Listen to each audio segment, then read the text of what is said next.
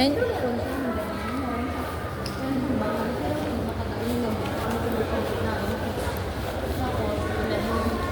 Last week, bumili ko ng the next morning po. Newspaper pa ito. Or either nakapilit din nila kaya ako. Kaya pinahagay. Muntik na sila pa rin ako bumili ng bag. Kasi nung wala sa stocks na ano. Worth 600 yun, no? Ano ba yun? Yung Gregory ba? Oo. Sabi ko gusto ko ng pang-araw-araw. Kasi itim. Tapos yung ano niya, yung tela ko kasi pang-ano din. Louis Vuitton. Rimowa. Louis Vuitton.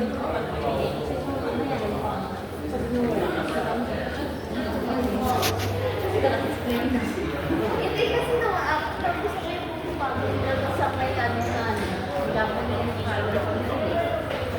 sabi ko siya rin, may pang-kabila din, wala ka ba pang-kabila? Valentino. Siya kung nakabili siya pa ito. MCM. Pero gusto ko yun. Marami kang may lugar. Bazaar. Oh, ito yung Bazaar. Bazaar. Ito yung Okay Bazaar. lang. Eh, di ang meron. Outdoor siya ng mga ano.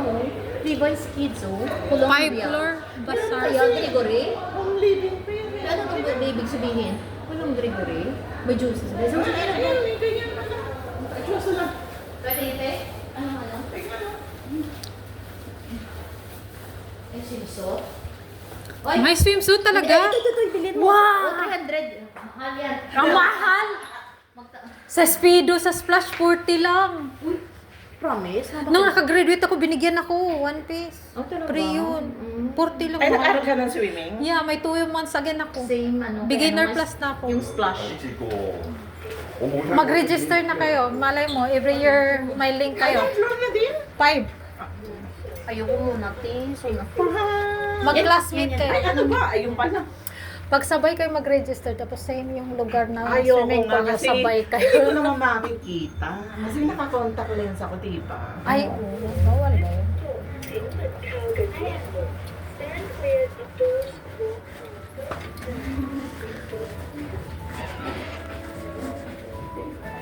Uy, dito. Ayun ba?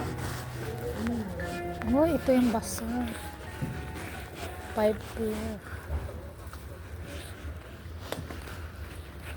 Yung ganda ng bag.